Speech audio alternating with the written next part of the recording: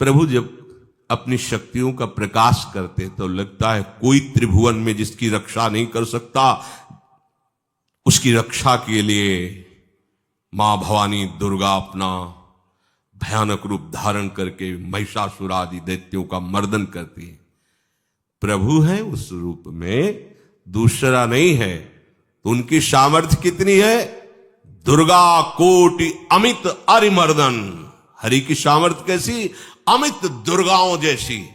1 करोड़ अरब नहीं, अमित दुर्गाओं जैसी दुष्टों का मर्दन करने की सामर्थ्य। अमित था नहीं कि कितनी सामर्थ्य है।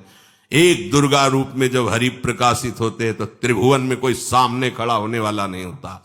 मां भवानी जिस समय अपने स्वरूप में आती किसी की ताकत नहीं है। ये शुंभ निशुंभ इतने बलवान दैत्य थे, त्रिभुवन में कोई इनका बाल बांका भी नहीं कर सकता था।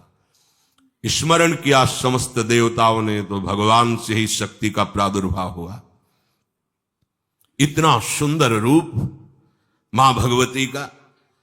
शुंभ निशुंभ के पार्षद घूमते रहते थे, उन्होंने देखा, जाके बताया कि आपके महल में जितनी सुंदरियां उसकी दासी बनने योग्य भी नहीं, ऐसी सुंदरी का हमने दर्शन किया। बोले मेरा जाके परिचय बताओ। बोले ऐसा नहीं लगता कि आपके परिचय बताने से केवल आ जाएंगी। तो उनका अगर ऐसा नहीं तो केश कर्षण निर्धूता गौरवा मां गरिष्यति। उसके गौरव को धूल में मिलाते हुए बाल पकड़कर घसीट कर हमारे पास लाओ। मार्कंडेयपुरा उनके पार्षद गए और बताया हमारे मालिक शुंभ निशुंभ है, उनका आदेश है कि आप महल में चलो और आदर सहित, अगर आप ऐसा ना करती हैं तो मैं आपका निरादर करते हुए बाल पकड़कर घसीटते हुए ले जाऊंगा। देवी जी ने मुस्कुरा दिया और कहा अपने मालिक से कह दो जाकर के कि हम उसी की आज्ञा पालन करती जो हम पर युद्ध में विजय प्राप्त कर ले। वो जाके बोले हाँ वो तो मतवाले, त्रिभुवन में कोई जोड़ ही नहीं था। आए और उद्दंडता पूर्वक वचन बोलने लगे। माता जी ने कहा बस तब तक बोल ले जब तक मैं मधु का पान कर रही हूं। बस ये पान करते ही तेरी जीवन लीला समाप्त हो जाएगी। ऐसा ही हुआ। जो ही पान करके सिंह पर सवार होकर गर्जना की, सारा का सारा अहंकार धूल दूषित हो गया, काट के फेंक दिया। ऐसी अनंत अमित दुर्गाओं जैसी सामर्थ्य हमारे प्रभु श्री हरि में, अमित दुर्गाओं जैसी, क्योंकि अनंत शक्तियों के स्वामी हैं। उनकी लीला में क्यों में हो? अरे वो जब करुणा करते हैं, अपनी महिमा से उतरते हैं, तो भक्त जब ऐसे कर देता है तो डरप जाते हैं। माधोदास बाबा ने कहा नहीं चलना तुम्हें ब्रज में, हम तुम्हारी कहां तक सेवा देखेंगे, तुम्हें बाल भोग राजभोग। बाबा जी हैं, कभी मिला कभी यहीं रहो। वो बाबा आपके बिना नहीं रह सकते। दोबारा बोल नहीं पाए जगन्नाथ। ये सुन करके हृदय बलिहार होता है। ओ ऐसे सामर्थ्यशाली प्रभु अपने भक्त के प्रेम प्रणय पर भी कितना डरते हैं। ये भक्त नाच पड़ता है। ये कुतर्क की, संशय की वृत्ति यहां प्रवेश नहीं करती। दुर्गा कोटि अमित अरिमर्दन। अमित गिनती नहीं, ऐसी अनंत दुर्गाओं जैसी शक्ति हमारे प्रभु में विराजमान है। शक्र कोटि सत सरिष विलासा। आहा, अरबों इंद्र जैसा विलास प्रभु में। अरबों, एक इंद्र त्रिभुवनपति है, अरबों इंद्र के समान प्रभु का ऐश्वर्य है। और नव शत कोटि अमित अवकाशा, जिस एक आकाश के लिए गरुण जी से कह रहे हैं कि मच्छर से लेके आप तक उड़ते हुए पार पाए। बोले ऐसे अरबों आकाश के समान अवकाश है प्रभु में। मरुत कोटि सत विपुल बल, रवि सत कोटि प्रकाश, शशि सत कोटि सुशीतल, समन सकल भव त्रास। अरबों पवन के समान महान बल है। अगर त्रिभुवन में कोई बल है तो पवन में बल है, वायु बल। बड़े बलवान देवता, बल में इनके समान कोई नहीं। इन्हीं के अंश से प्रकट होते पवन पुत्र हनुमान। और इन्हीं के अंश से प्रकट होते पवन पुत्र भीम, बेजोड़ बलशाली महात्मा। दोनों महात्मा बेजोड़ बलशाली। जेगिर चरण दे हनुमंता, चले उसगा पाताल तुरंता। जिम अमोघ रघुपति कर बाना, ये ही भांति चले हनु। किलकार दे तो राक्षसियों के गर्भ गिर जाते थे। ऐसे महान बली हनुमान जी। और भीम का क्या कहना है? जब ये देव पुष्प उड़ करके आया और द्रौपदी जी को दिया गया, तो द्रौपदी जी ने कहा इसका जोड़ होना चाहिए, इस पुष्प का। सबसे कहा पर किसी ने नहीं सुना। भीम ने कहा कहीं भी मिलेगा मैं इससे लाएंगे। ऋषियों ने समझाया कि आगे मत बढ़ो, ये यक्षों की भूमि है, युद्ध हो जाएगा और तुम्हें तैयारी करनी है हस्तिनापुर के लिए, और तुम इधर, वो सब दिव्य हैं, पवन पुत्र हैं, किसकी माने। अपने वेग को बढ़ाया तो महाभारत में पढ़ के देख लो, इनके चलने के वेग से वृक्ष उखड़ उखड़ कर गिर रहे थे। ऐसे जब चल रहे थे तो चलने के वेग से वृक्ष उखड़ जाते थे भीम के। तो हनुमान जी ने सोचा किसी के समझाए तो समझेंगे नहीं, तो आगे पवन पुत्र ही बैठ गए, बूढ़े बानर का वेश लेकर, लंबी पूंछे से। मार्ग में मर्यादा है, किसी पशु को भी नहीं लांघना चाहिए। विवेकवान उपासक ऐसा नहीं कि कोई सो रहा है पशु भी आप उसे लांघ जाए, ऐसा नहीं। जो विवेक है, जो मर्यादा है, वैसे किसी सोते हुए को लांघना नहीं चाहिए। उन्होंने कहा है वृद्ध बानर, ये अपनी पूंछ हटा ले और मार्ग दे दे, इस समय मैं विशेष कार्य के लिए जा रहा हूं। तो उनका जब कह ही दिया है वृद्ध, तो आप समझ ही रहे होगे कि वृद्ध में क्या ताकत होती। अब मेरी ताकत पूंछ हटाने की नहीं रह गई है, आपने तो वृद्ध ही कह दिया है, तो आप समझ रहे हो ना, आप पूंछ हटा लीजिए। कहा हमारी आज्ञा की अवहेलना करे, ऐसे उठी नहीं, दोनों हाथ लगाया, नहीं उठी, पूरी ताकत लगा दी। पवन पुत्र भीम की पूरी ताकत लग गई, पूंछ जरा से भी नहीं ली। हाथ जोड़ के खड़े बोले हम समझ गए हमारे बड़े भ्राता आप हनुमान जी हैं, क्योंकि ऐसा कोई बानर सृष्टि में पैदा नहीं हुआ कि मैं उसकी पूंछ ला हिला सकूं। मैं समझ गया। तो मुस्कुराए और बैठ के बोले हमारी आज्ञा मानो, इस मार्ग में मत जाओ, ये देव मार्ग है, ऐसे ऐसे सिद्ध हैं कि आपका अपराध बन जाएगा, आप शाप से युक्त हो जाएंगे, इसलिए मैं आपको मना। बोले प्रभु जब आप कृपा करके आए हो तो हमें वो रूप दिखा दो जो लंका में आपने रूप दिखाया। बोले मत उस बात की चर्चा करो, रहने दो। बोले प्रभु एक बार देखना चाहता हूं कि मेरा बड़ा भाई कितना बलवान है। हनुमान जी ने कहा फिर देख लो। कनक भूधराकार शरीरा, समर भयंकर अति बल। कांप गए भीम जी, हाथ जोड़ बोले भैया नीचे। स्वर्णिम कांति, वो भयानक उनका रुद्र रूप, कांप गए भीम, कांप गए। वायु में अगर बल में देखा जाए तो सबसे ज्यादा वायु बलवान है। भगवान कैसे है? मरुत कोट सत विपुल बल, अरबों वायु जैसी महान ताकत हमारे प्रभु में है, संशय नहीं। वो अगर छोटी सी कार्य के लिए सहयोग लेते हैं, ए उठवा दो, ऐसा कर, भक्तों के साथ वो विनोद करते, लीला करते, नहीं उनमें बल कितना है। ऐसे पवन पुत्र हनुमान जिनके चरणों को ऐसे गोद में लिए रहते हैं। एक उपनिषद में चरित्र आता है कि असुरों पर विजय प्राप्त करने के कारण देवताओं को गर्व हो गया और सभा में नृत्य गान चल रहा था। भगवान जब किसी पे गर्व करते हुए देखते हैं तो उनको अच्छा नहीं लगता। फिर सृष्टि के विधान के प्रधान अधिकारी जब देवतागण और देवराज इंद्र और उन्मत्तता, विजयश्री में उन्मत्तता आ जाती है, तो भगवान ने एक यक्ष का रूप धारण किया और सभा के प्रधान द्वार पर दिखाई दिए। देवराज इंद्र ने कहा कि पता लगाओ ये कौन है, बिना आज्ञा के बिना सूचना के कैसे आ गया है, क्योंकि त्रिभुवन पति है ना। अग्नि देवता ने कहा मैं जाता हूं, पता लगा के आता हूं, क्योंकि किसी बलवान का परिचय पूछने के लिए निर्बल को नहीं भेजा जाता। अग्निदेव गए और कहा आप अपना परिचय दीजिए, कौन हो और यहां कैसे आए हो। तो उनका परिचय लेने के पहले हम आपका परिचय जानना चाहते हैं, आप कौन हो। उन्होंने कहा कि मैं अग्निदेव हूं। सामर्थ्य आपकी, त्रिभुवन को उपले की तरह भस्म कर सकता हूं। मैं समस्त प्राणियों के उदर में बैठकर अन्न और जल का पचाकर जीवन दान देता हूं, जीवन पोषण करता हूं। अच्छा, एक तिनका फेंका, हम तुम्हारी बात तभी प्रमाणित, ये उपनिषद की बात, हम तुम्हारी बात तभी प्रमाणित मानेंगे जब तुम इस तिनके को जला दोगे। अब कोई अग्नि देवता से तिनका जलाने की बात कहे, सहज में दृष्टि डाली, कुछ नहीं हुआ, पूरा पावर लगा दिया।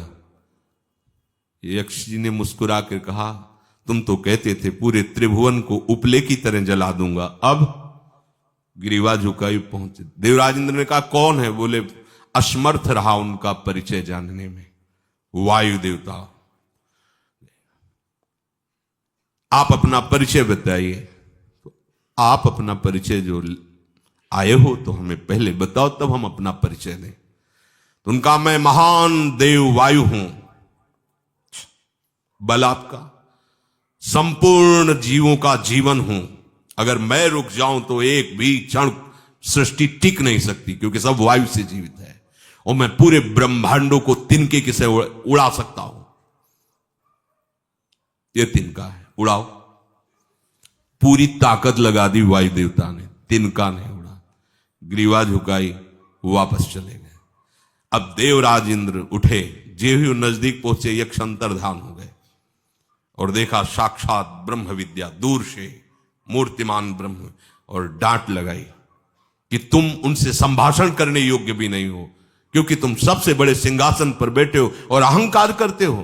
तुम्हारे देवता सब सामर्थ्यहीन है, एक तिनका भी अग्नि नहीं जला सका, एक तिनका भी वायु नहीं उड़ा सका। अरे जिनकी शक्ति से शक्तिमान वो भगवान स्वयं आए हुए थे, कांप गए देव। अहंकार मत करो, जाओ। भगवान के बल से तुम विजयी हुए, देवताओं के बल से नहीं। देवताओं में जो शक्ति है वो उन्हीं के अंश से आई हुई है। अरबों वायु के समान महान बलशाली हमारे श्री हरि, अरबों सूर्यों के समान उनका प्रकाश, अरबों सूर्यों के समान प्रकाश, अरबों चंद्रमाओं के समान सुशीतलता, समस्त भयों और दुखों का नाश करने वाले प्रभु श्री हरि। काल कोटि सत सरिसती, दुस्तर दुर्ग दुरंत, धूम के तु सत कोटिशम, दुराधरस भगवंत। अरबों कालों की सामर्थ्य, अरब नहीं अरबों कालों की सामर्थ्य भगवान, एक काल अनंत ब्रह्मांडों में तांडव मचाए रखा है। अरबों काल, अमित बलशाली, अत्यंत दुस्तर, दुर्गम, दुरांत। कौन? प्रभु श्री हरि। अरबों धूमकेतुओं के समान अत्यंत प्रबल सामर्थ्यशाली प्रभु, अगाध सत कोटि पताला, शमन कोटि सत सरीश कराला, तीरथ अमित कोटि सम पावन, नाम अखिल अघ पूग न सावन। कितने अथाह हैं प्रभु? बोले अरबों पाताल से भी बढ़कर, अरबों पाताल से भी बढ़कर गहरे हैं, कोई था नहीं पा सकता। कितने भयानक हैं? अरबों यमराजों से भी ज्यादा भयानक प्रभु श्री हरि हैं। अनंत कोटि तीर्थों को भी पावन करने वाले परम पवित्र जिनके श्री चरण हैं, वो तीर्थपाद श्री हरि हैं। अनंत तीर्थों की उनका नाम ही संपूर्ण विश्व के पाप समूहों का नाश करने में समर्थ है। हिमगिरि कोटि अचल रघुवीरा, सिंधु कोटि सत समगंभीरा, कामधेनु सम कोटि। आहा, देखो अब किसके सामने तुम्हें हाथ पसारने की जरूरत है? समझो, अगर अपने प्रभु को जान जाओगे, समझ जाओगे, तो फिर कहीं इधर उधर झांकने की जरूरत नहीं, किसी के सहयोग की जरूरत नहीं। कैसे प्रभु? ऐसे वो स्थिर हैं कि जैसे तूफान चल रहा और हिमालय का आश्रय ले लो तो डरने की जरूरत नहीं, कोई भी तूफान हिमालय को उखाड़ नहीं सकता। ऐसे ही कह रहे हैं, अरबों हिमालयों जैसी स्थिरता प्रभु श्री हरि में है। अरबों समुद्रों के समान गंभीर है। कामधेनु सत कोटि समाना, सकल काम दायक भगवाना, सारद कोटि अमित चतुराई, विधि सत कोटि सृष्टि निपुनाई, विष्णु कोटि सम पालन करता, रुद्र कोटि सत सम संघरता।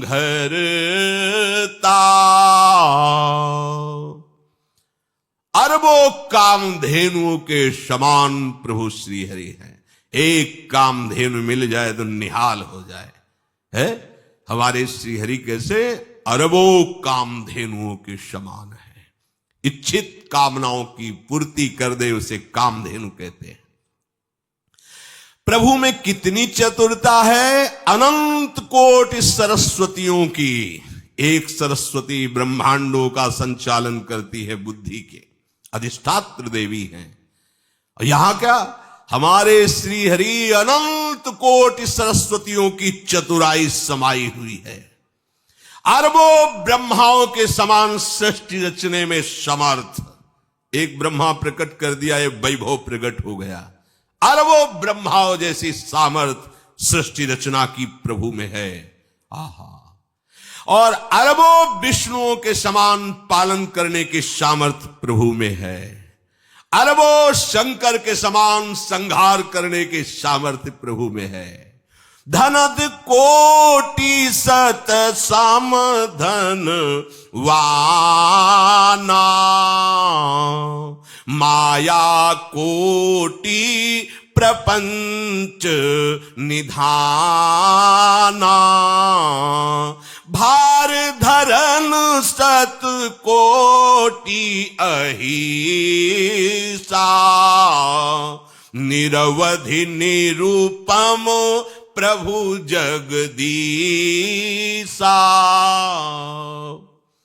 अरबों कुबेरों के समान धनवान है।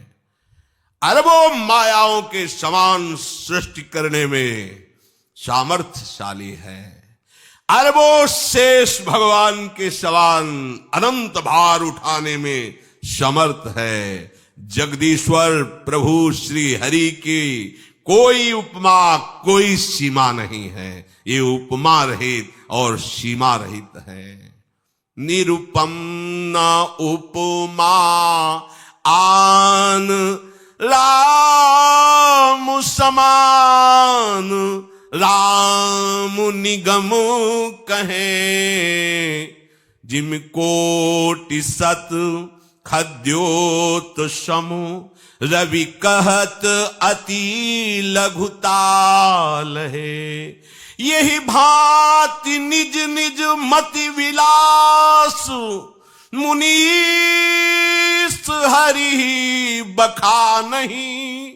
प्रभु भाव गाहक अति कृपालु, सप्रेम सुनि सुख मानहि। प्रभु भाव गाहक अति कृपालु, सप्रेम सुनि सुख मानहि।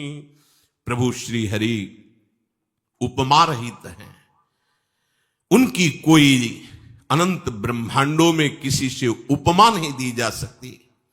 प्रभु के समान केवल प्रभु हैं, ऐसा वेद कहते हैं। अरबों जुगुनियों के समान यदि सूर्य को कहा जाए तो सूर्य का अपमान होता है, सम्मान नहीं। ऐसे ही जो अभी तक वर्णन किया गया उसको समझो। अरबों जुगनुओं के समान यदि सूर्य को कहा जाए तो सूर्य की प्रशंसा नहीं, एक तरह से अवहेलना है। आहा, इसी प्रकार अपनी बुद्धि के विकास के अनुसार मुनीश्वर, अपनी बुद्धि के विकास और प्रकाश के अनुसार मुनीश्वर प्रभु का वर्णन करते हैं। गुण महिमा नाम बल पर था कोई नहीं पाओ, आज तक कोई था नहीं। ऐसे प्रभु की लीला में कोई कुतर्क, कोई संशय, अब वो क्या बुद्धि है उसका खुद विचार करे।